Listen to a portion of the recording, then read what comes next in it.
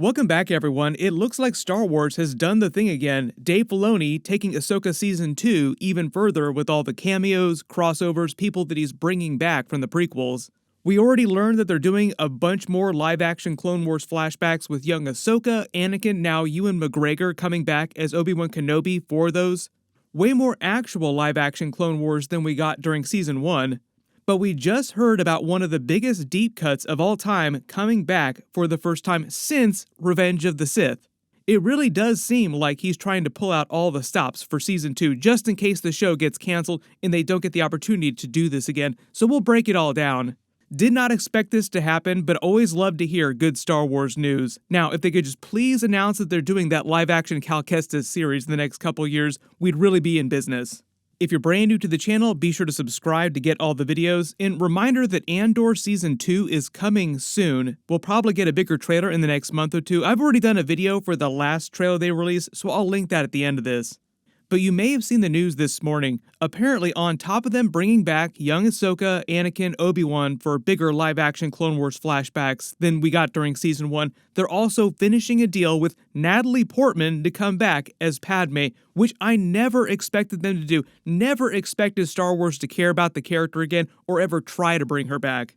It just generally seemed like the Disney era of Star Wars did not really care about her character, in the way that Star Wars just in general has handled her post-George Lucas in the Clone Wars episodes, because she was a big character during the Clone Wars episodes, is basically by invoking her through Vader's storyline, through Darth Vader. The whole idea is that he doesn't know that his children are alive after Revenge of the Sith, so he's not thinking about his children, he's only thinking about Padme in trying to bring her back. Darth Vader's castle on Mustafar is basically a giant tuning fork in the Force meant to channel the dark side of the Force so that he can basically try to contact her or bring her back from literal death, like he's literally trying to bring Padme back to life. That's about as close as they've got to invoking her character during the Disney era of Star Wars, and that's just during all the books and the comic book stuff. They haven't done that in live action yet, but doing her in live action is like really actually bringing her back, because it'd have to be Natalie Portman coming back as the character. So for example, during the events of the Obi-Wan Kenobi series, which take place 10 years after Revenge of the Sith, you just have to picture him stewing in his bacta tank there, just thinking about Padme, obsessed with her all the time, 24/7. That's the only thing he cares about. And generally, Natalie Portman herself, at least on her side of things, hasn't ever really expressed that much interest in coming back after Revenge of the Sith until the last couple of years. What's changed has been the last couple of years. Generally, if you tuned out from a lot of Star Wars after Clone Wars, you might have even forgotten a little bit that she was such a huge part of the Star Wars movies for a long time, just because the actress has been so quiet about it since then. Like, wait a minute, you're like a giant piece of this whole Star Wars Skywalker saga puzzle. But you barely hear the characters later in the timeline mention her ever, just a couple times, and that's it. She has done big comic book movies since then, like she's been way more active in the Marvel movies, the Thor movies, but here's the big change. Because we entered the Disney Plus era of all the Star Wars live-action TV shows the last several years, those took place all over the timeline.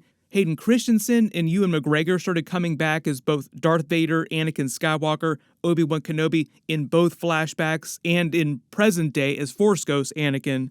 After all that started to go down the last couple years, people started to ask her again if she would come back, now that everybody, it seemed like, was coming back from her era of Star Wars. Like, isn't everybody from the prequels coming back? How come you're not coming back? She then said that she would love to return if Star Wars wanted her to come back. Now that Hayden Christensen has returned to play Anakin Skywalker, have there been any discussions of you reprising your role as Padme Amidala? I'm open to it. All of the Star Wars mythology that everyone lives in this country, get to be part of that was awesome. Reportedly, Dave Filoni behind the scenes has been trying to get Lucasfilm to bring her back and work out a deal, so we will see if it winds up working out and she does wind up being in Season 2. But it sounds like from what she's saying, she really does want to come back. Mark Hamill even said the last couple years he finally met her in real life. Like back during the prequel era when she was actually in all the Star Wars movies, he never met her, surprisingly, even though he was there for the premieres of all those movies.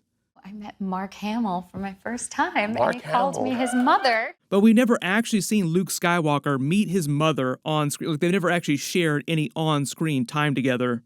There is an explanation, though, for how Luke finally got to know his mother in canon, but Padme coming back is just meant to be for Ahsoka Season 2 right now, and as far as I know, Luke Skywalker is not coming back for Ahsoka Season 2. What it looks like Dave Filoni is doing now, logically, she would just appear as part of the live-action Clone Wars flashbacks, or in a world between worlds type of scenario if Force Ghost Anakin in present day pulls Ahsoka back in for more speechifying and more lessons.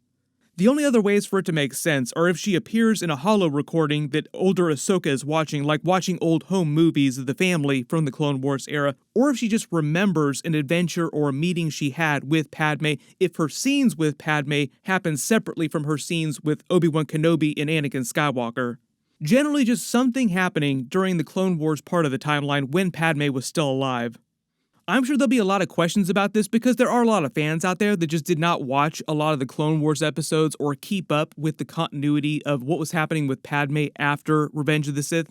If you didn't watch any of those, or you don't know a lot about Ahsoka's life or Padme's life during that era, the reason why Padme is relevant to Ahsoka's life, why they would even know each other, why it would make sense for her to show up in a flashback in Season 2 and not just be pure fan service. Because Ahsoka was Anakin's Padawan, and at the time he was carrying on the secret relationship with Padme, oftentimes, for various reasons, Ahsoka would wind up spending a lot of time with Padme.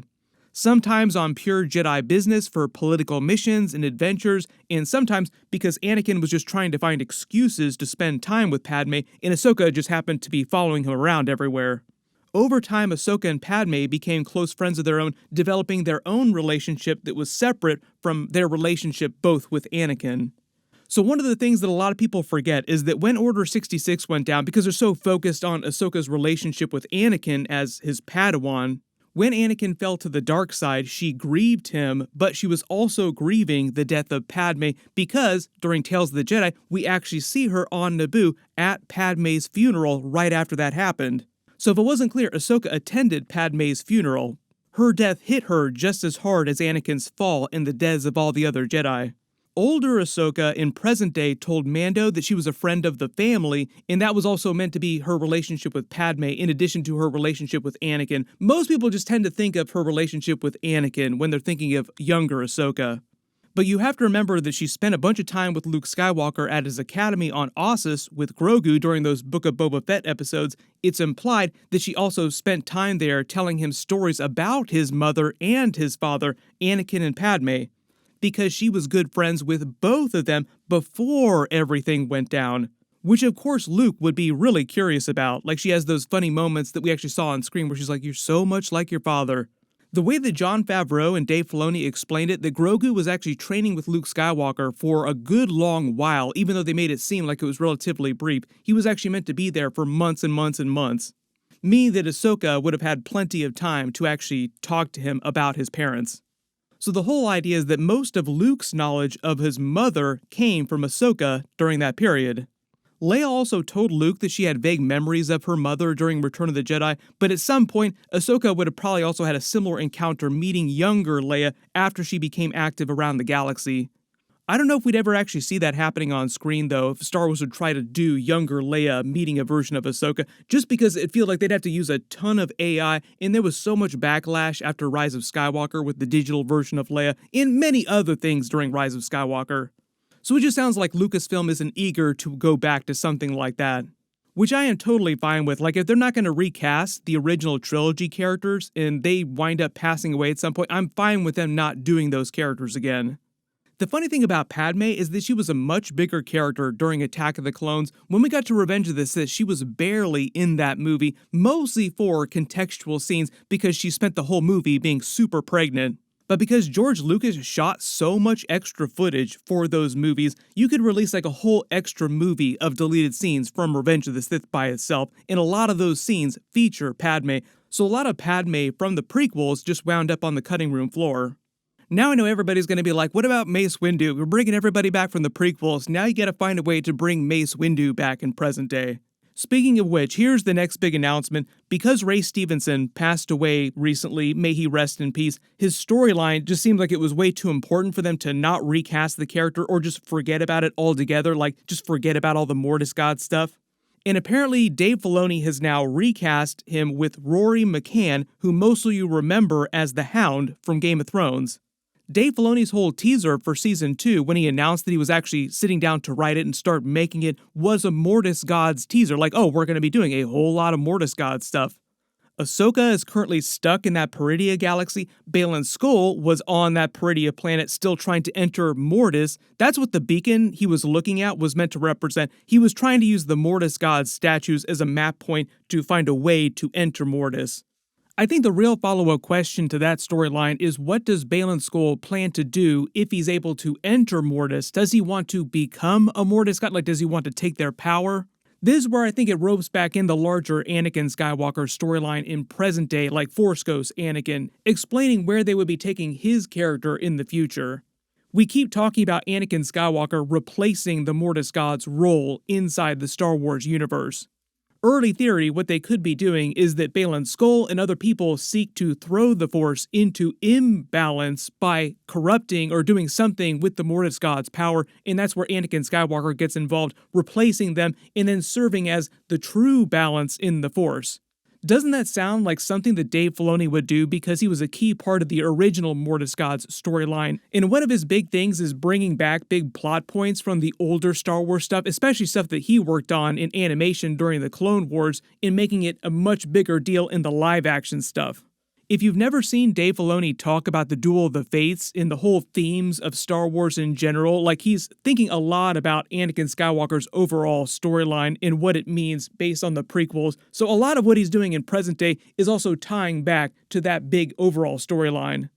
But everyone, post all your reactions in the comments below. Who else do you want to see come back if they're bringing people back for a whole bunch of cameo scenes?